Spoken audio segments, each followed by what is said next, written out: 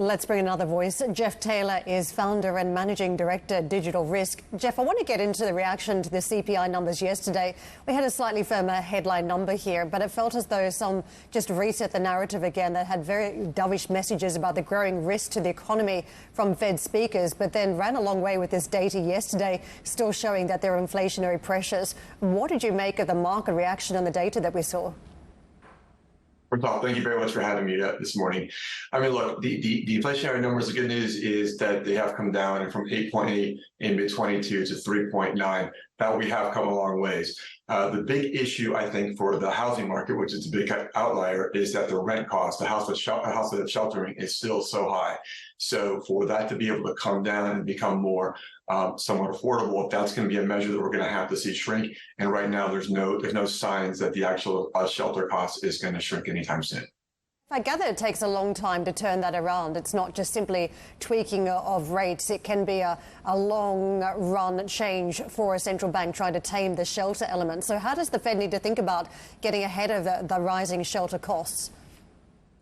So I think they've done a really good job. I know the Fed benchmark obviously is 2% that we're shooting for, and we're about double that right now. But again, we don't have to get to 2% inflation before we see actually mortgage rates start to fall. What we basically need to see is the mortgage rates, the inflation number somewhere around 3%. Then you actually will start to see potentially mortgage rates start to compress a little bit, and that should bring a little relief to people as they're for the total cost of the shelter, whether it be a mortgage or whether it be rents. Jeff, to me, it's very fractured in terms of how the central bank hikes so far are hitting various different parts of the economy, because those who fixed, those who managed their mortgage costs still have not been caught up with some of the higher interest costs at this stage. So what does it mean as we talk about a higher for longer scenario? When do you think that starts to catch up and this lag effect starts to fade in terms of the housing market?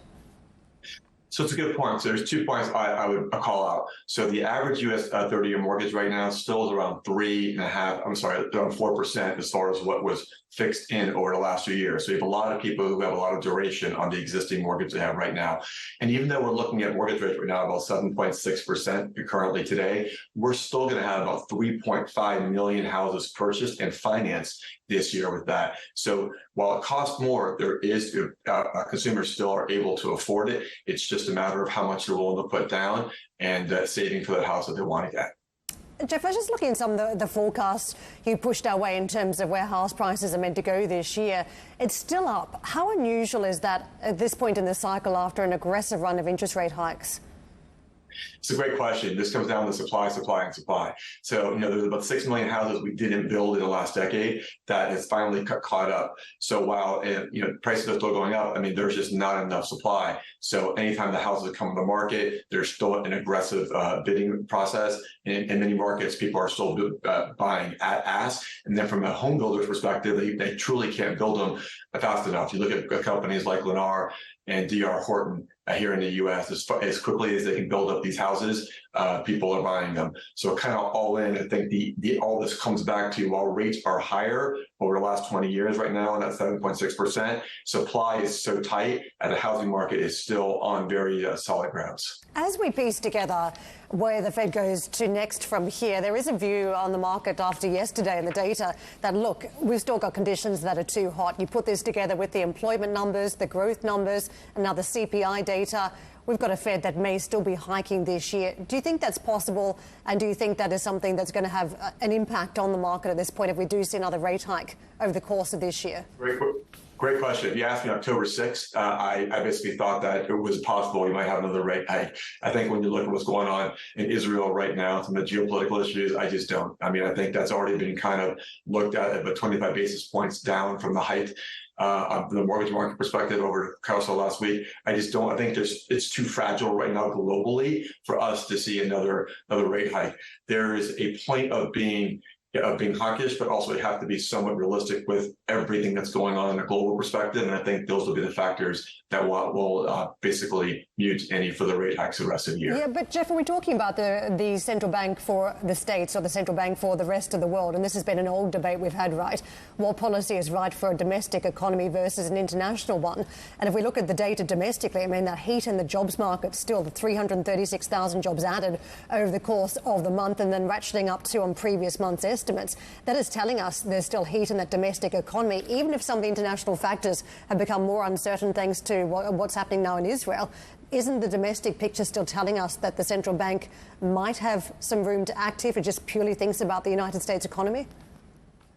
Again, it may, but again, my perspective kind of right now is that I think that the data does point that what's happening here in the U.S., but I think about if they look globally and how we're basically one giant interconnected economy. I believe that they probably will not hike for the rest of the year because of that. But time will tell. Like I said, if you asked me October 6th, I would have had a different perspective. But right now, I think that we'll probably see them stay where we are till the end of the year. So, Jeff, let me ask you a slightly tricky question. We've got Jay Powell out speaking to the market, to investors, to consumers, to business people, October 19th. He'll be sounding some sort of message, the last one before the next Fed meeting. What does he do? Because the other Fed speakers have been discussing the growing risks, in particular what we've seen on the long end of bond rates. What tone do you think Jay Powell sticks to at this point? Cautious. Right, I think he's going to be. I think he's going to be cautious. I think he's going to leave the door open for a rate hike. Definitely, I think he's going to point to the data points that you just spoke about a moment ago. But I think he's probably going to also say, realize that he's going to be taking into account what's going on kind of globally and watching that very cautiously before actually moving. Just before what he thinks is best for the U.S. Probably taking in all the macro data points coming in before we make any moves. So again, he's not going to rule anything out. He's going to definitely keep optionality of it. But again, at the end of the day, I think that it'd be very hard pressed for me to see him raise the rates before the end of the year. Jeff, just finally, can we talk a little bit about the U.S. consumer? We've spoken about it from the mortgage perspective, but notable over the course of this trading week, the consumer staples area of the market, one of the worst performing parts in terms of performance. We've seen, of course, that there's been various different impacts as rates have gone up. We've seen a subtle change in some demographics. Got banking numbers out later on, the beginning of earnings season for the banks in terms of what those delinquencies are looking like. Do you think there is an element of fatigue now coming into U.S. consumption patterns? Well, I do, and I think also there's a data point that I look at quite a bit. If you look at the COVID period, there was close to the height, I think, close to $2.5 trillion extra in U.S. savings accounts. By the measure of that is about $750 billion about 6 months ago, and that $750 billion is expected to potentially run out by the end of this year or have been spent. The reason why I point that out is, the U.S. spending as far as delinquencies, I do expect that when we go into 24, I mean, we're at historic lows, right? We're at like sub 1% on mortgage delinquencies, and credit cards are not that stressed. So I think as you enter 2024 is where you're going to see some delinquencies start to pick up at some normal patterns.